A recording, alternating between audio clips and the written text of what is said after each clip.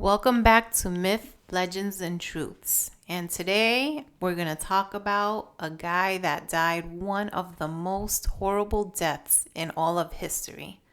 But before that, don't forget to like, comment, and subscribe.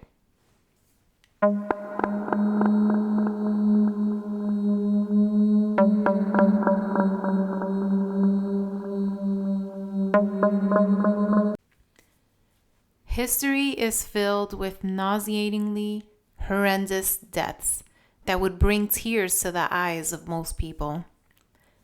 But of all the cruel and unusual ways to reach the fateful end, few are more grueling than the one documented in a recently discovered skeleton. As reported in the Journal of Archaeological Science, archaeologists from the University of Milan have unearthed the medieval skeleton of a man who appears to have died after a notoriously painful torture method and a botched beheading. Sounds awful. The man died at a relatively young age, between 17 and 20 years of age, at some point during the 13th century, and was buried near the cathedral. The man died at a relatively young age, between 17 and 20 years of age, at some point during the 13th century, and was buried near a cathedral in Milan, northern Italy. First impressions of his skeleton showed that he was suffering from wounds symmetrically positioned across his arms and legs, which hints at some kinds of intentional injury. Based on historical records, the researchers hypothesized that the man had been tortured using the wheel, aka the breaking wheel or the Catherine wheel.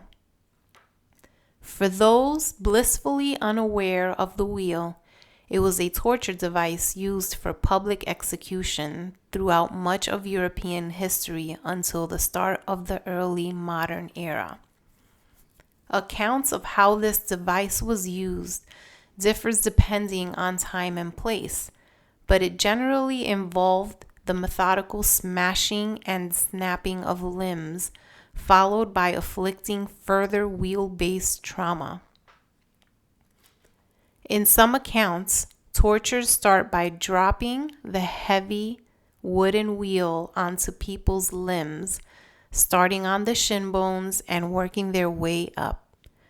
Once their body is sufficiently battered, the broken limbs would be weaved in and out of the wheel spokes or tightly fastened to it using a rope. Injuries were then further afflicted using either blades, blunt objects, fire, whips, or red-hot pincers, after which the wheel was mounted on a pole and proudly hung like a flag. The near-dead victim would hang here for some time, perhaps days or weeks, until they eventually perished or were put out of their misery with an execution.